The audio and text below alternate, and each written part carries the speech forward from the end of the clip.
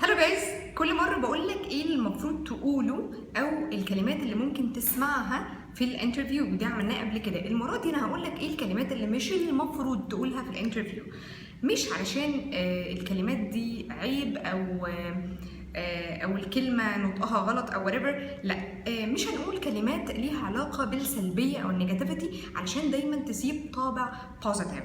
يعني مثلا فور اكزامبل money، الفلوس، بلاش تمنشن الماني. salary مرتب، ما ينفعش تقول salary او تمنشنه في الانترفيو لان ده لسه اول first impression او اول انطباع عنك، فبلاش تمنشن ده. pay يدفع، compensation تعويض، benefits الفوائد والبدلات، weakness يعني ضعف، mistake خطأ، بلاش تمنشن ده، بلاش تقوله. need محتاج او احتياج، terrible horrible awful، كل دي الفاظ معناها حاجه وحشه او بشعه. بلاش تستخدم negativity.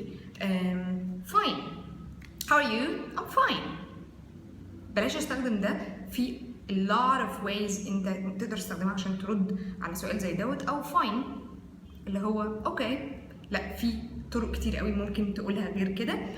sorry الاعتذار بلاش. بلاش. so like الجاب فيلرز المقفوشه قوي دي بلاش. divorced مطلق، pregnant حامل، sick مريض، بلاش negativity. just I'm just remove just، بلاش تستخدم just في الانترفيو. vacation الاجازات، طبعا مش من اول يوم انت جاي تعمل انترفيو علشان تتقبل في وظيفه هتسال عن الاجازات.